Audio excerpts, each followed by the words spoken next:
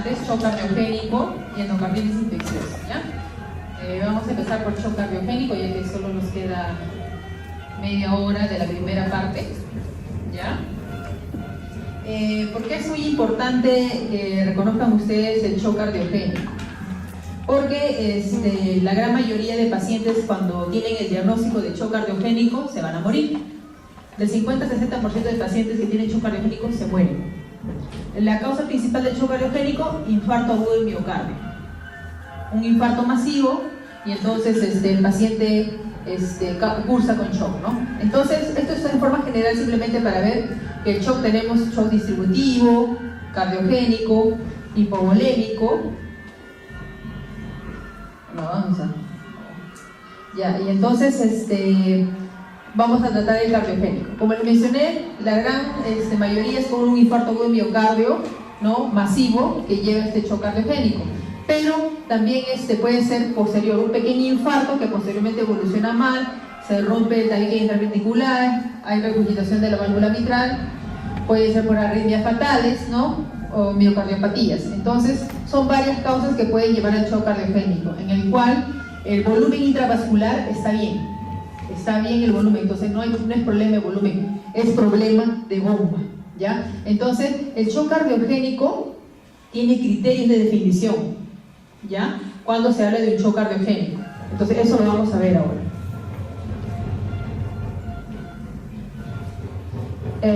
Nuevamente, como les mencioné, el hipovolémico, el shock obstructivo, por ejemplo, un tromboembolismo pulmonar y causas desconocidas.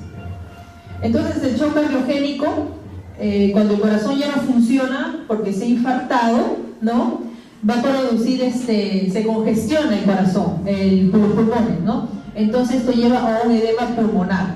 Entonces un corazón que no trabaja y encima unos pulmones encharcados, ¿no?, eso lleva a la muerte, y por eso es que es la alta mortalidad. La causa más frecuente, como había mencionado, es disfunción del ventrículo izquierdo secundario, ¿no?, a un infarto agudo de miocardio.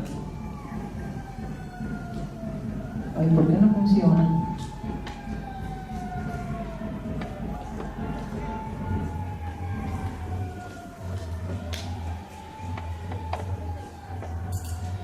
La definición, ¿no?, es un estado, ¿no?, de hipoperfusión debido a la falla cardíaca, ¿ya? Entonces, si el corazón no funciona, entonces no va a haber una buena presión a nivel de resistencia vascular periférica, ¿no? Entonces esta presión se va a caer, entonces el paciente va a cursar con hipotensión, y al momento de ver hipotensión, en la parte distal, que vamos a encontrar frialdad distal, vamos a encontrar cianosis periférica, la piel va a cambiar, se va a ver de tipo marmórea. ¿Qué más? Va a haber un aumento de llenado también a nivel de presión del ventrículo izquierdo, y en la placa radiográfica vamos a encontrar un corazón dilatado, ¿no?, y también edema pulmonar. ¿Cuáles son los criterios diagnósticos de shock cardiogénico? Estábamos hablando que tiene su definición, ¿no? Para empezar, hipotensión, ¿no?, una presión arterial sistólica menos de 90. ¿Qué más? Evidencia de hipoperfusión, ¿no? Entonces tenemos que ver que hay una disminución del volumen urinario, menos de 30 mililitros por hora, hay frialdad distal, ¿no? Hay alteración del nivel también de la conciencia. ¿Qué más? Criterios hemodinámicos, tenemos que el índice cardíaco va a ser menor de 2.2, mientras que la presión cuña de pulmonar va a ser mayor de 15. Esos son los criterios. Entonces, lo más común que lleva un shock cardiogénico: infarto del corazón. Entonces, un infarto cardíaco masivo, o de repente uno pequeñito que posteriormente se complica, ¿no?, lleva una disfunción del miocardio, tanto sistólica como diastólica, ¿no? Y esto va a llevar ¿a qué? A una disminución del gasto cardíaco. Entonces no hay un buen volumen para irrigar órganos vitales, cerebro, corazón, riñón, ¿no? Entonces hay disminución del gasto cardíaco, y esto lleva a hipotensión, disminución de la perfusión coronaria, lleva a isquemia, y es un círculo vicioso. Este círculo vicioso también se complica porque, como ya no hay buena fuerza, entonces se va a congestionar más el pulmón, llevando a un edema pulmonar, y este edema pulmonar a su vez a hipoxia. Entonces es una dupla mortal. Entonces acá tenemos, ¿no?, un gráfico de la fisiopatología, ¿no?, del shock cardiogénico, ¿no? En el cual todos estos juegan un papel muy importante, llevando al final a la muerte del paciente. Por eso es que tiene una alta letalidad. Estado de shock cardiogénico, entonces. Recordando los criterios: índice cardíaco menor de 2.2, hipotensión sistólica menor de 90, presión puña pulmonar mayor de 18, la mortalidad más del 50%. Las causas mencionan un infarto agudo masivo, otro tipo de infarto que puede ser pequeñito pero que se complica posteriormente en un paciente que tiene múltiples infartos, que se rompe el tabique intraventricular. ¿Qué más? También otras causas como arritmias fatales, también pueden hacer un tipo de miocardiopatía, ¿no? La miocardiopatía de Takotsubo, que también te puede llevar, ¿no?, a un tipo de shock cardiogénico. La frecuencia del shock cardiogénico es la causa principal de muerte en pacientes que tienen infarto de agudo miocardio. Entonces es muy importante que ustedes lo sospechen. Para esto nosotros averiguamos, ¿no?, la anamnesis, los antecedentes. ¿Por qué? Porque si es un paciente diabético, acuérdense que el paciente diabético no te va a dar un cuadro florido, no te va a decir me duele el pecho. Simplemente va a decir por su neuropatía diabética, ay, me duele aquí en epigástrico. Tú crees que es una gastritis y es un infarto de ventrículo inferior. Entonces esa es la diferencia. Entonces ustedes le van a encontrar hipotenso, con frialdad distal, con cianosis, ¿no? Y le duele el pecho. Y a ustedes se les va a pasar, van a pensar en otra cosa y menos que se están infartando.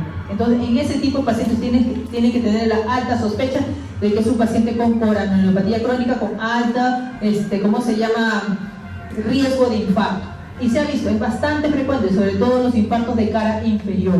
Vienen por gastritis, y al final es un infarto. Entonces les piden su electrocardiograma, enzimas cardíacas, ¿no?, para descartarle eso. ¿Qué más? La insuficiencia del ventrículo izquierdo, ¿no?, a raíz del infarto va a originar el 80% de los casos del shock cardiogénico. Otras causas tenemos la insuficiencia mitral, la rotura del tabique interventricular, insuficiencia del ventrículo derecho, que todo esto al final va a llevar a un taponamiento cardíaco. Entonces, ¿cuáles son las características del paciente? ¿En quién yo debo pensarle que se esté infartando, no? Obvio, los diabéticos, obesos, fumadores. Pero ¿quién más? Los ancianitos. Los ancianos también ya el corazón está ya cansado, ¿no? Ya hay una aterosclerosis, ¿no?, avanzada, ¿no? Entonces por ahí se tapona y se infarta el abuelo. ¿Qué más? Ya la mujer, sobre todo de edad avanzada, ¿no?, porque ya no tiene los factores protectores de los estrógenos. ¿Qué más? El hecho de haber tenido infartos previos empeora su pronóstico. ¿Por qué? Porque cada vez que te da un infarto, ese corazón ya no se recupera. La fracción de eyección es cada vez menor. Y más infarta y es peor. ¿Qué más? Diabetes. El hecho de que ella tenga un infarto en cara anterior empeora también su pronóstico. Entonces, la recurrencia de infarto poco después de otro infarto aumenta bastante la chance de que haga shock cardiogénico. Y el 66% de los pacientes que tienen shock cardiogénico van a sufrir estenosis de las arterias coronarias principales. Y el 20% padece estenosis de la coronaria principal izquierda. Por esa razón, en algunos casos ya no le pone stent, sino tiene que entrar a una toracotomía abierta para ponerle, ¿no?, bypass. Entonces, tenemos predictores de mortalidad, ¿ya? Entonces, de acuerdo a estos estudios, el Gusto 1, ¿no?, que hizo un estudio en pacientes que habían tenido infarto cardíaco con shock cardiogénico, que sobrevivieron a los 30 días, ¿no? Entonces, ¿qué encontraron? El aumento de la edad, ¿no? O sea, tiene con un odds ratio de 1.49 por cada aumento de 10 años. O sea, tiene bastante riesgo a más edad, más de 10 años, ¿no?, de que el paciente fallezca. ¿Qué más? El haber tenido un infarto miocárdico previo. ¿Qué más? Al examen físico encontrarle el sensorio alterado, o sea, ya está encefalopático. Frialdad distal con diaforesis y oliguria, que son los mismos criterios diagnósticos, ¿no?, que vimos de shock cardiogénico, que decían que flujo urinario disminuido, menos de 30 mililitros hora, encefalopatía, frialdad distal, ¿no?, diaforesis, que estos dos sí se repiten. ¿Qué más? Entonces habíamos mencionado edad avanzada, el hecho que haya tenido infarto cardíaco y sobre todo si es en cara anterior, peor, ¿no?, que tenga diabetes mellitus. ¿Qué más? Cuando veamos en el electrocardiograma un paciente con infarto y que tenga bloqueo de rama izquierda, eso también es altamente indicativo que ese paciente va a ser shock cardiogénico. El diagnóstico entonces es muy importante, la anamnesis, de repente el paciente te lo van a traer porque se desmayó en la calle, ¿no? Pero tú lo ves que es gordito, está diaforético, entonces, y está hipotenso, ¿no? Entonces, de hecho, le pides el electrocardiograma, enzimas cardíacas, entonces es una forma de que lo estás pensando, porque si ya viene con la familia te pueden dar los datos, ¿no? Que es un paciente diabético, que toma, no sé, o que es irregular en su tratamiento, pero es muy importante la anamnesis. Pero si no hay nadie, te lo traen a trauma shock, te lo traen con trastorno de conciencia, tienes que pensar en todo, ¿ya? Y dentro de eso también piensen en shock cardiogénico. ¿Qué más? En los exámenes de sangre, ¿no? Las enzimas cardíacas, el electrocardiograma y la placa de tórax, ¿no? Porque en la placa de tórax vamos a ver cómo está la silueta cardíaca. Y el ecocardiograma es obviamente que nos va a ayudar a confirmar bastante el diagnóstico, pero hay que tener en cuenta que el ecocardiograma no lo tenemos tan fácil a la mano.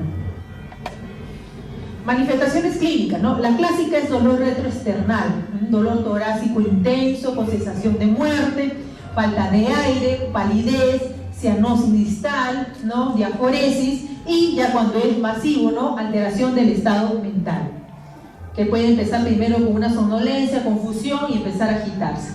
El pulso va a ser débil, rápido, con taquicardia, ya cuando esto avanza hay una bradicardia profunda que al final ya va a ser el paro cardíaco, ¿no? La presión menos de 90, puede cursar con respiración de Cheyne-Stokes. ¿Se acuerdan cómo era de Cheyne-Stokes, no? Increyendo, decreyendo, ¿no? Entonces puede cursar con este tipo de respiración. Va a tener obviamente ingurgitación yugular, porque acuérdense que hace edema pulmonar, ¿no? Y la oliguria menos de 30 mililitros hora.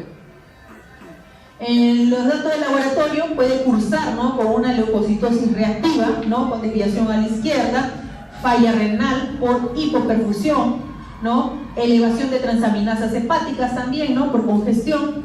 ¿Qué más? La irrigación celular es deficiente, entonces como no hay una buena irrigación, ¿esto cómo se traduce? En un ciclo anaeróbico, ¿no? Y si es ciclo anaeróbico vamos a encontrar lactato elevado. Y si el lactato está elevado, que es un predictor de mortalidad. A mayor lactato, indica que el paciente se va a morir. Entonces, acidosis láctica, por eso es acidosis. Por eso siempre cuando tenemos un paciente en mal estado, pedimos lactato. ¿Cómo está? ¿Qué más? Hipoxemia, acidosis metabólica, ¿no? Y el paciente va a entrar a una unidad de cuidados intensivos para darle soporte ventilatorio. Ahora, las enzimas cardíacas, ¿no? Que antes se pedían la creatinina, fosfoquinasa, ¿no? Su fracción MB y las troponinas, que ahora ya ha cambiado, ya de frente ya las anularon, ¿no? Cómo fuimos evolucionando, primero la mioglobina, se pedían las transaminasas, luego no solamente la CPK, la fracción MB, luego apareció la troponina y ahora la última ya solo troponina. El resto ya por pura, porque le encuentras en varias cosas alteradas, ¿no? Ahora solo troponina. Entonces, en el infarto agudo de miocardio, ¿no? Con insuficiencia del ventrículo izquierdo, vamos a encontrar las ondas Q, ¿no? Vamos a encontrar el supradesnivel del ST, que me va a indicar, ¿no? Que se está infartando el paciente, ¿no? O bloqueo de rama izquierda. ¿Qué más? Más del 50% de los infartos van a cursar con shock cardiogénico, sobre todo los que tienen de pared anterior. ¿Qué más? Una isquemia global, ¿no? Por estenosis grave de coronaria izquierda, casi siempre cursa con una depresión del ST, ¿no? Más de 3 milímetros. Entonces, esta es el supradesnivel del ST para que sepan identificar. Placa de tórax, ven un corazón, la silueta cardíaca abombada, ¿no? A su vez debe haber congestión pulmonar, ¿no? Que al final llega un edema y hay que darle tratamiento para edema pulmonar, ¿no? Y entonces hay que ver entonces en este tipo hacerle su ecocardiograma también. El ecocardio, ¿qué es lo que va a hacer? La ecografía del corazón va a ver qué tal se contrae el corazón, ¿no? Normalmente durante la sístole y la diástole es un movimiento simétrico, parejo, ¿no? Pero cuando está infartado, imaginemos que es el ventrículo anterior, esa parte ya no se va a mover y entonces es anormal, entonces incluso los chorros de sangre, el flujo cambia. Entonces aquí ya el cardiólogo te informa, ¿no? Asinesia, no se mueve, o disinesia, alteración en su movimiento, y la fracción de eyección ya cae. Nosotros sabemos que la fracción de eyección, que es la fuerza con la cual el ventrículo izquierdo bombea la sangre a todo nuestro cuerpo, es más del 60%, en ellos ya es menos, ¿no? Entonces, eso es unos datos importantes y claves que el cardiólogo, mediante la ecocardiografía, nos va a dar. ¿Qué más? El cateterismo de la arteria pulmonar, eso es ya cuando el paciente está en una unidad de cuidados intensivos, está con su vía central, le ponen esto y entonces es para medir la presión cuña, ¿no? Que va a estar más de 15. más de 15 milímetros de mercurio, ¿no? Entonces, esto se hace mediante un catéter de Schwann-Ganz. Entonces, en este tipo de pacientes que tienen shock cardiogénico, como están en una unidad de cuidados intensivos, miden los perfiles hemodinámicos. ¿Por qué? Porque a veces cuando es un shock multifactorial, puede ser séptico en un paciente que es coronario crónico y que se infarta por eso mismo también. Entonces, a veces hay que ver cómo están sus patrones hemodinámicos para poder darle un manejo adecuado, ¿no? El tratamiento, entonces el tratamiento pues del infarto, ¿no? Agudo del miocardio, ¿no? Que en este caso que cuando ya está en el shock cardiogénico hay que darle vasopresores. ¿Qué hace el vasopresor? Aumenta la presión arterial para que haya un mejor flujo, ¿no? Y esto se va midiendo con una presión arterial media mayor de 60. Este aumento de presión mediante los vasopresores me va a ayudar a corregir la hipoxemia, la acidosis. Si está en ventilación mecánica hay que darle una buena oxigenación, ¿no? Y en la medida de lo posible tratar todas las cosas de que tiene descompensadas. ¿Qué más? Si el paciente tiene hiperglicemia, también hay que tratarlo con insulina. ¿Qué más? El hecho de que tenga bradiarritmias puede llevar a prolongarle un marcapaso de tipo transitorio, ¿ya? Los vasopresores, tenemos la noradrenalina, ya tenemos la dopamina, ¿no? Pero vamos a ver elección. Entre la noradrenalina y la dopamina, mejor la noradrenalina. ¿Por qué? Porque la dopamina es muy arritmogénica y da más taquicardia. En cambio la noradrenalina es mejor, pero es más caro, ¿ya? En el Ministerio de Salud usamos bastante dopamina porque no hay medios económicos, pero en el salud usamos noradrenalina, el Estado tiene, ¿no? Entonces depende, o sea, pero acá de cajón te indican noradrenalina, pero si no tienes, lo que tengas. Ya. Noradrenalina, ¿no? Es un vasoconstrictor potente, inotrópico positivo, va a hacer que el corazón se contraiga mejor, ¿no? También tiene efectos como arritmias, pero es menos comparado a la dopa. ¿Qué más? Acuérdense, por favor, que estos medicamentos vasopresores, hay una isquemia, porque como hace una vasoconstricción y se ve más con dopa, entonces hace vasoconstricción para mantener un buen flujo central, entonces hay isquemia a nivel distal. Y ya vieron, ¿se acuerdan el caso de esta chica de la nefrectomía, ¿no?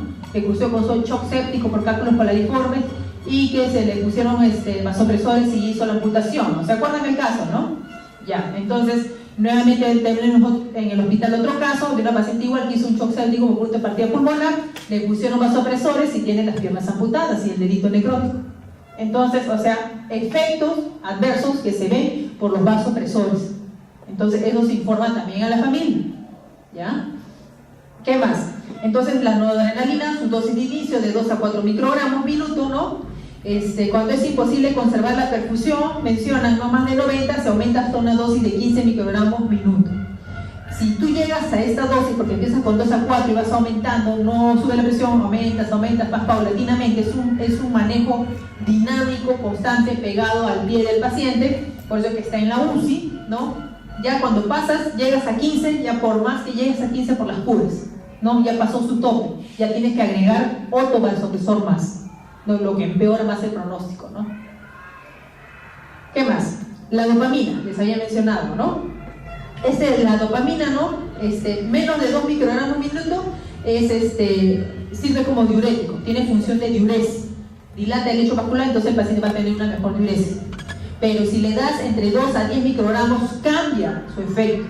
Pasa a un efecto cronotrópico y inotrópico positivo, ¿no? Entonces va a tener una mejor performance del corazón por este medicamento. Entonces, acá te ponen las dosis. ¿Qué otro medicamento más tenemos? La dobutamina. ¿No? La dobutamina es más, ¿cómo se llama? Cardiotónica, ¿no? Con mínima actividad cronotrópica mencionan, ¿no? Y también se llega a usar, por ejemplo, imaginemos que está con noradrenalina, ya pusieron la 15 microgramos y sigue, le podemos aumentar dobuta, ya está con 2 vasopresores, ¿ya? Entonces, opciones de tratamiento en paciente con shock cardiogénico debido a disfunción ventricular. Entonces habíamos mencionado medidas generales, paciente con shock cardiogénico literalmente entra directo a la UCI, ¿ya? Tanto para soporte hemodinámico vasopresor con una vía central como ventilatorio. Entonces acá de frente te ponen soporte ventilatorio. ¿Qué más? Optimizar volumen intravascular, que generalmente el volumen intravascular está conservado, no hay problema. Me acuerdo mucho en una prueba de esfuerzo. ¿Saben cómo es la prueba de esfuerzo, no? El paciente empieza a correr, le monitorizan cómo está la frecuencia, la presión arterial. Era un colega adulto mayor y le dicen pues obviamente que su prueba de esfuerzo es positiva, ¿no? Para que es coronario y que ni siquiera para stent, sino para toracotomía abierta y colocar bypass. Y el colega se sincopea, ¿no? Entonces a lo que voy son pacientes muy lábiles, ¿no? Entonces su intravascular está bien. ¿Qué más? Bicarbonato de sodio, ¿no? Y acidosis metabólica severa. Cuando se está hablando de acidosis metabólica severa, pH menor a 7.15, aspirina, ¿no? Heparina. ¿Qué más? Tenemos que darle también inhibidores, ¿no? De la 2B3A. También medir la función pulmonar, ¿no? La presión cuña, ¿no? ¿Qué otras medidas de soporte, no?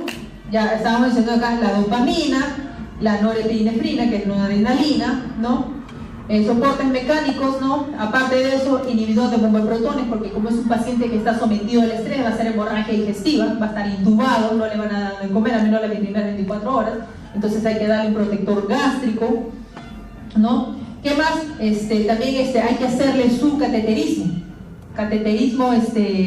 percutáneo para hacerle una coronario angiografía, que ese al final es un método diagnóstico, ¿no? Y también terapéutico. ¿Por qué? Porque cuando se le hace la coronario angiografía percutánea, ¿no? Entra, por ejemplo, por la radial, dibujan todo el árbol de la coronaria, ven dónde está tapado, ponen el stent. Pero si es demasiado, ya pues no van a poner varios stent, ya depende de si afecta el tronco, entran a cirugía, ¿no? Para hacer un bypass. ¿Qué más? Acá tenemos, por ejemplo, las recomendaciones del AJA de acuerdo, ¿no? a la clasificación, ¿no? Recomendación clase 1, clase 2, ¿no? Siempre medir patrones hemodinámicos para un mejor manejo. Entonces tenemos, ¿no? Habíamos visto la noradrenalina, la epinefrina, fenilefrina, dopamina, ¿no? Medicamentos para usarlos dentro del paciente que tiene shock cardiogénico. Otro que tenemos es la vasopresina, luego la dobuta y la milrinona. Nosotros tenemos acá la noradrenalina, dopa, dobuta y vasopresina. La bomba de contrapulsación aórtica, ¿en qué momento lo usamos? Entonces tenemos un shock cardiogénico, es un shock masivo, ¿no? A lo mejor dicho, es un infarto masivo, donde toda esta parte del corazón está destruida. Entonces, ponemos un dispositivo, ¿ven? Como esta salchicha simple, que es una bomba de contrapulsación aórtica, en el cual se ingresa, ¿ya? Y esto va a hacer la función de bombear sangre al corazón. Pero esto tiene su tiempo, ¿no? Entonces no te va a permitir, o sea, te permite solamente ganar tiempo frente a todo el tratamiento que tienes que dar. Pero en qué momento tienes que tener cuidado en usar la bomba de contrapulsación aórtica en pacientes que tengan alteraciones de la aorta, porque si tiene una coartación de la aorta, si tiene, por ejemplo, un Marfan, donde su íntima, su media está mal, le vas a reventar la aorta por la presión que está haciendo esta bomba de contrapulsación para irrigar a todo el corazón, a todo el cuerpo, ¿no? Entonces tiene sus contraindicaciones, ¿no? Pero si tiene muy bien la aorta, le puede salvar la vida al paciente. Entonces, esta bomba va a disminuir el consumo de oxígeno, ¿no? Por el miocardio, porque esta va a ser la bomba que va a estar ahí irrigando al paciente. Como les había mencionado, está contraindicado en insuficiencia aórtica, disección de aorta, ¿no? En jóvenes que sean elegibles en estado de shock resistente, pensar en el uso de dispositivos de auxilio ventricular, ¿no? Como medida intermedia y temporal para el trasplante cardíaco. Estos son pacientes que tienen cardiopatías de tipo rara, ¿no? Así que se da, que no es común. El pronóstico. El pronóstico de un paciente que tiene shock cardiogénico, ¿no? Por infarto del ventrículo derecho, ¿no? ¿Qué mencionan? Que estos pacientes, sobre todo cuando tienen de la cara inferior, el pronóstico es malo, ¿no?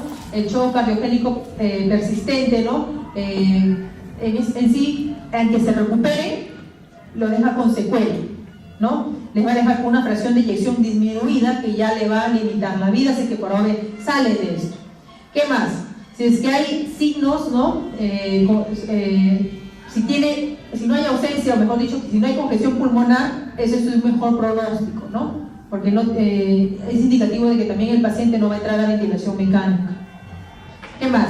Si el paciente hace un shock cardiogénico debido a insuficiencia de la válvula mitral, ¿no? Entonces, normalmente esto se va acompañado de un paciente que tiene también un infarto agudo de miocardio, ¿no? Entonces, se va a complicar con el edema pulmonar. Generalmente, la complicación de la válvula mitral se va a dar en el primer día, mencionan, ¿no? Del infarto cardíaco. Igual, el diagnóstico de esto es mediante la ecocardiografía. Y entonces hay que hacer tratamiento quirúrgico.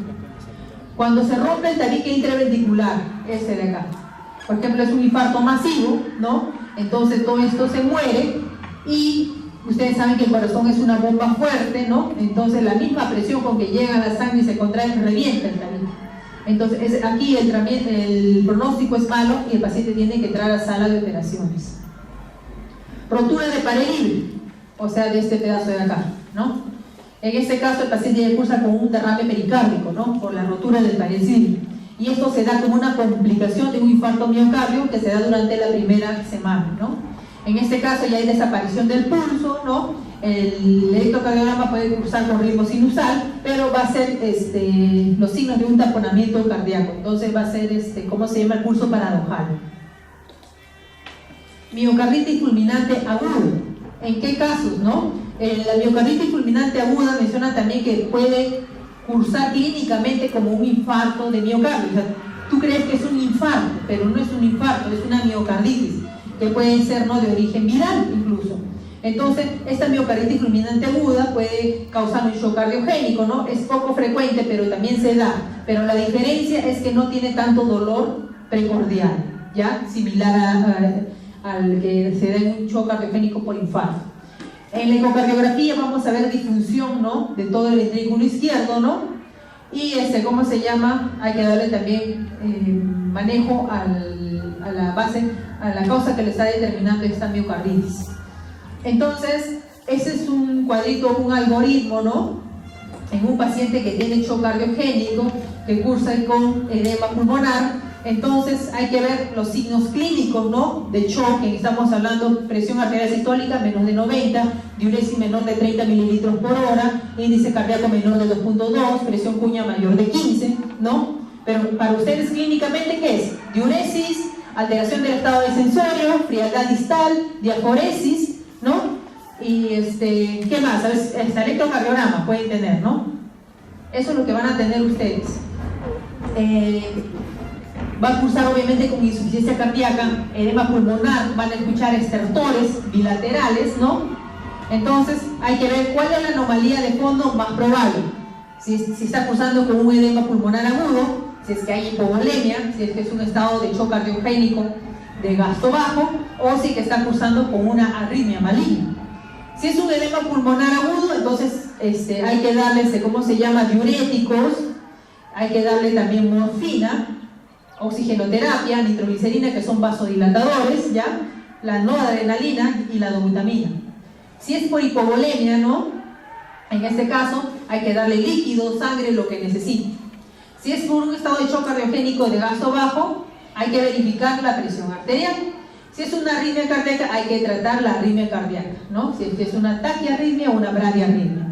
Respecto a la presión arterial en shock cardiogénico, esto es muy importante para el manejo y ustedes lo tienen que saber. ¿Por qué? Porque si es un shock cardiogénico con presión arterial más de 100, entonces aquí vamos a dar nitroglicerina. Si es de 70 a 100, dobutamina. Pero si es menos de 100, o sea, estamos hablando de 90, habíamos mencionado noradrenalina o dopamina. Si tienen noradrenalina, mejor noradrenalina porque es menos arritmogénico, ¿ya? Entonces, menor de 100, noradrenalina, está indicado, ¿ya? Entre 70 a 100, dobuta. Y más de 100, nitroglicerina. ¿Ya? Entonces, esto es respecto al shock cardiogénico, ¿ya? Se aprende bien ese cuadrito que les dije, lo último. Ahora vamos